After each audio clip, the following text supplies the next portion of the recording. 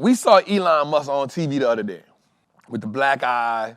First of all, we was on a live, and I love the way he stopped your boy when he asked me that question about Washington Post or something. He said, hey, the same Washington Post that might be about to lose their Pulitzer Prize. Hey, next question. I said, ooh. But Elon said, in November of next year, we should fire all the politicians who betrayed the American people, specifically talking about the Republicans. I'm sorry, but I just can't stand it. And this is what he put on Twitter or on X. I'm sorry, I just can't stand it anymore. The massive, outrageous, pork-filled congressional spending bill is a disgusting abomination. Shame on all those who voted for it. You know you did wrong, and you know it. It will massively increase the already gigantic deficit to $2.5 trillion and burden Americans sitting with a crushingly unsustainable debt. Let's just sit on that. And then, dang, I should have showed Steve this. So they had the video up, and the lady who be doing all the talking for Trump, they asked her about it, and she said, the president knows how Elon feels about this, and, we don't really got nothing to say about it. Here's what I got to say about this. Elon hit him for the win-win. He hit him for the win-win. He played chess. First thing he did was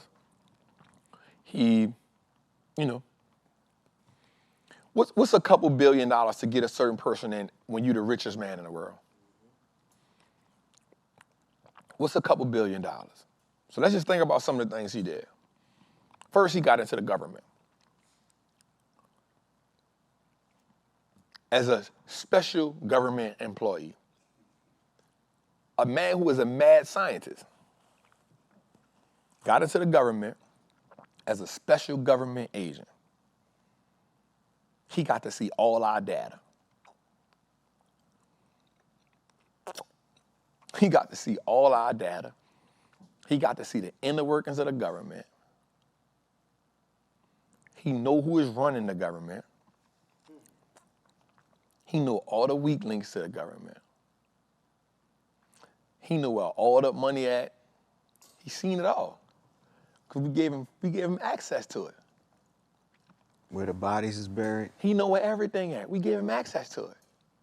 For 100 and something days, just enough for him not to be what? Enough for them not to go in, because as an employee,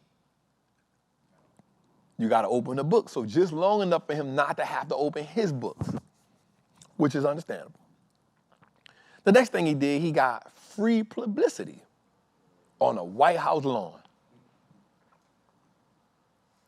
On a White House lawn. Hey, now that you say that, this is a win-win-win.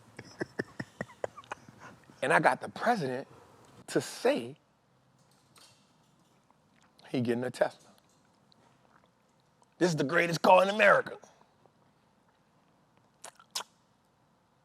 That's what kept the stock running.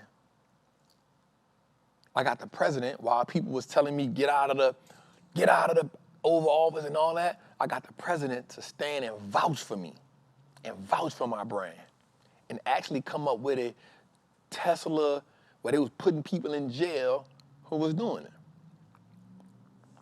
And then days after he get out the office, he says, in November of next year, he was talking about Republicans. We need to fire all politicians who betrayed the American people. Talking about the big, beautiful bill. This is what he's talking about. I'm sorry, I just can't stand it anymore, which means, remember they had the report that said Elon Musk and some of Trump officials were having a shouting match in the White House. Listen to me, and I want you to hear me well.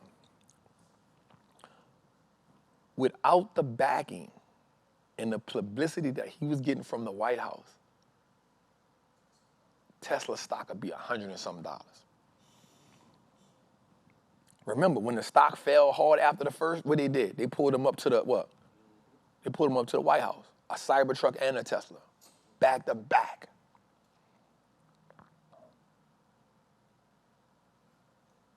Look what he says. it will massively increase the already gigantic deficit. So watch this. It puts Trump in a weird situation. You can't now talk bad about Tesla because you just vouched for it.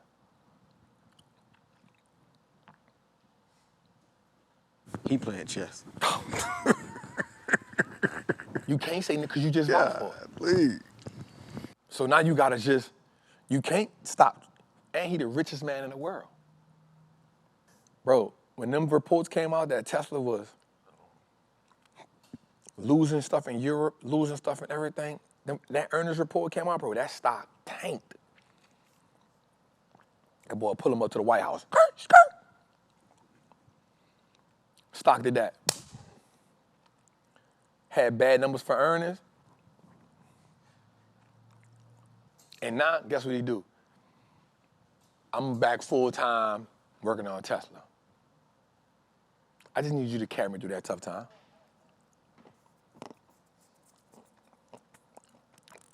And then I'm gonna tell the world how trash this bill is that you create.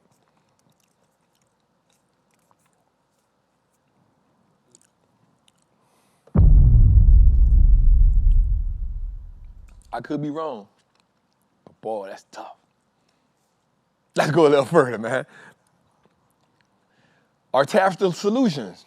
So the U.S. Treasury raked in a record $22.3 billion in tariff revenue during May, marking the single largest month take since the new duty regime began. The leap compares with $16.5 billion in April and just $8.5 billion in March, revealing a rapid month-to-month escalation in customs receipts. Analysts say the spike reflects steeper duties on imports from China, Europe, and other parties. Year-to-date collections hover over $70 billion. $70 billion in tariffs collected. I ain't mad at it. My thing is what happens to the bread, though.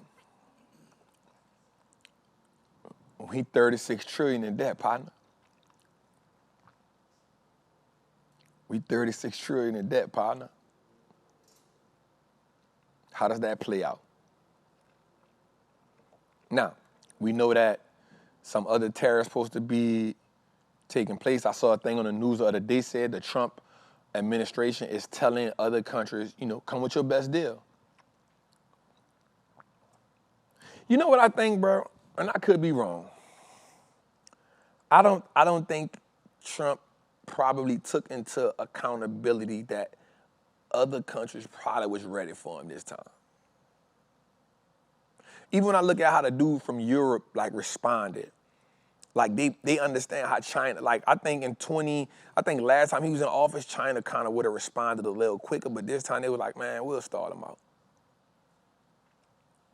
And I'm not saying he not winning because you still bring in $70 billion in tariffs and cash to the country.